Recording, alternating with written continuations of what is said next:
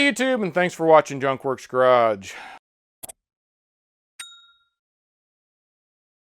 I've been doing videos for a little over 10 years now. So in that case, a lot of my first videos that still, I think, have pretty good information in them are not being watched at all because YouTube, they're just too old for YouTube to want to use them, I guess, or put them up on their lists. So in that case, also, YouTube is not paying all that well, so hit that thumbs up and subscribe and all those good things. I appreciate it very much. But I am going to take some of those and revamp them because I was not near sadly, I was not near as good as I am now with videos. Also, since I've changed the name on my channel, some of those older ones have my old channel name, things like that on. So I'm just going to kind of cut some of that stuff out, cut some of the talking out, and try and make them a little bit better as far as the editing is concerned.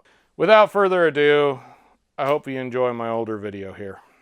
Let's see if you can see that. Here's one here. I noticeably hit something I shouldn't have. Do that once in a while.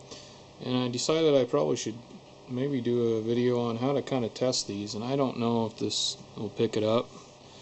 If you take it and you bend it like that, you can noticeably hear a cracking in here, and it's where the two fibers are coming together and just kind of rubbing.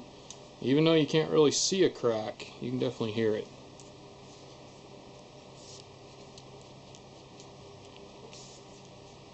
And I'm doing this pretty hard so that you can maybe hear it.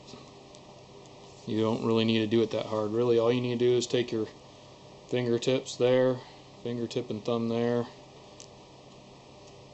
and just kind of go back and forth. You can really hear it. Hear that little, it's kind of a squeak, crack, me hitting the camera. Anyhow, and you can noticeably see that this is kind of bent over a little bit too. But you can hear this cracked up all the way up into around here. I can kind of hear sounds. So anyway, fingertip and thumb, fingertip and thumb, and just kind of go like that with it. Turn it, do it again, turn it, do it again. And if you hear any kind of cracking, any noise, pretty much at all, you know it's busted. But you do have to visibly check. This one, I don't know if you'll hear it. You can barely hear a noise in this one, but I can see a crack starting right in here.